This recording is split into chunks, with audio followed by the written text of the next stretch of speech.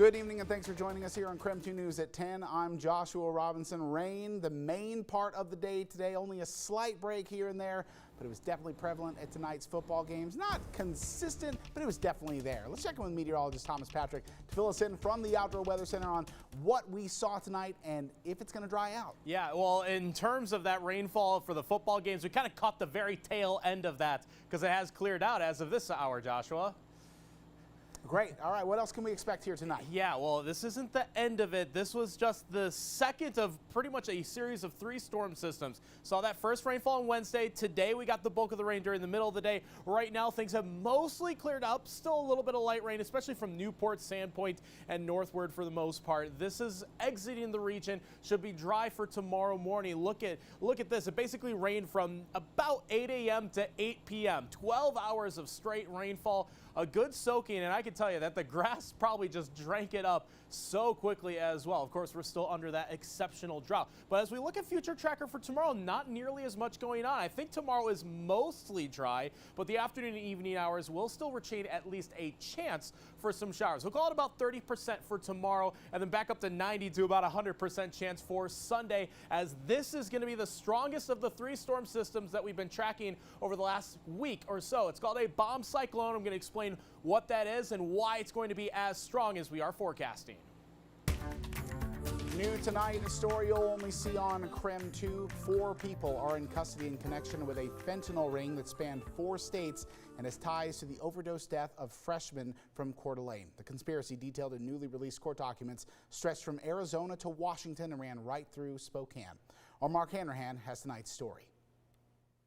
5 months after the overdose death of a 15-year-old Lake City High School freshman, federal investigators believe they have busted a multi-state fentanyl ring with ties to the teen's death.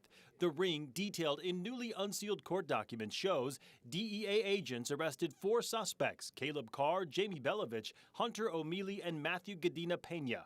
Investigators say the suspects were involved in a conspiracy to distribute 50,000 counterfeit pills believed to be made with fentanyl, cocaine, meth, LSD, and marijuana. The alleged operation stretched from Arizona up through Tacoma and over to Spokane, where a confidential informant helped agents connect the dots. In fact, documents show the informant made controlled buys of drugs in Spokane and Spokane Valley, helping those agents build their case. And investigators learned the suspects also had plans to ship thousands of suspected fentanyl-laced pills to Spokane. Beyond the drugs and the 15-year-old freshman who overdosed in Coeur d'Alene, agents allege associates of the suspects also have ties to the murder of 20-year-old Gabriel Casper, who was found dead lying on the street in Coeur d'Alene on Memorial Day.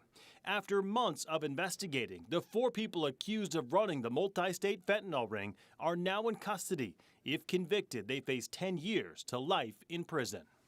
And there is so much more to the story that we did not get a chance to include in it for you tonight. To read much more about the alleged operation and how agents were able to break it up, you can head to our website, krem.com. Also today, the man who brutally killed a homeless woman in Spokane back in March was sentenced today.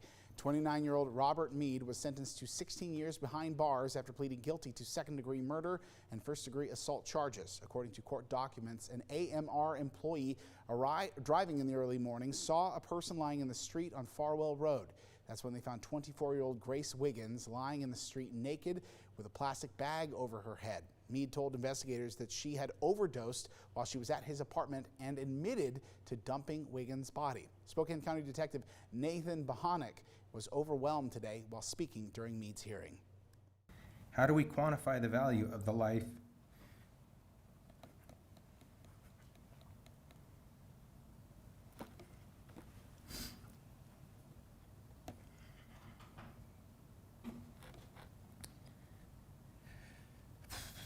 she will never have, her unseen dreams that can never be realized, and her family's love that she can no longer embrace?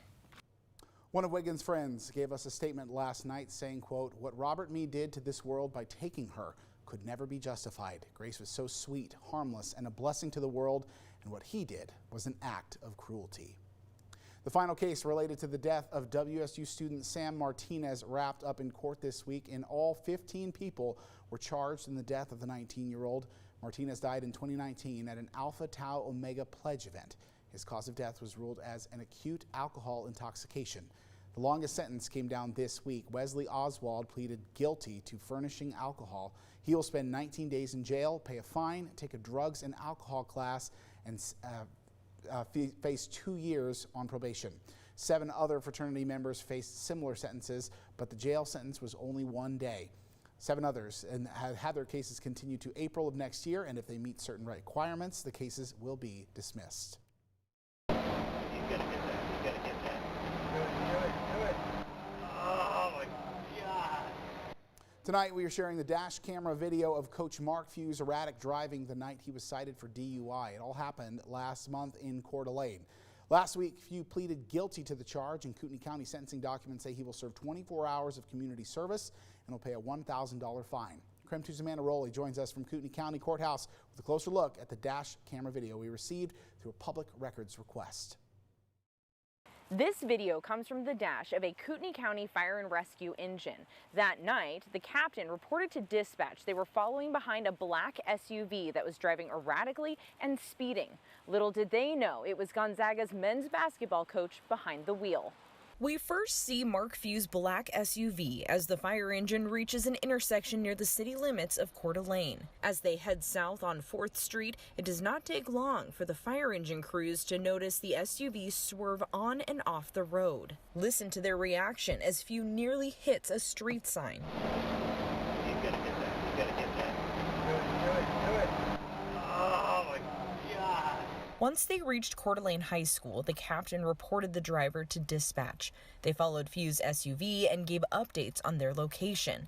That area is a 25-mile-per-hour speed zone. Court documents say the captain told police Few was pulling away from the engine while they were driving 10 over that speed limit.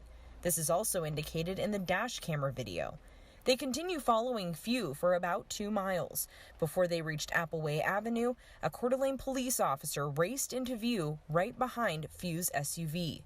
We know from court documents the officer waited for the light to turn green, then he pulled Few over in a nearby parking lot. Again, you can hear the firefighters' reaction.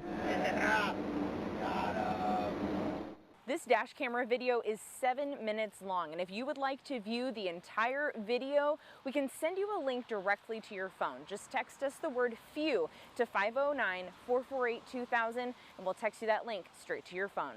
Reporting from the Kootenai County Courthouse, Amanda Rowley, KREM 2 News. Still to come tonight, a lot of big news from the CDC on COVID vaccines. We'll tell you what you need to know about booster shots and mixing and matching vaccines. Plus, later we're looking ahead to the weekend, including Brickwest's huge pet adoption event. Everything you need to know about adding a new furry member to your family.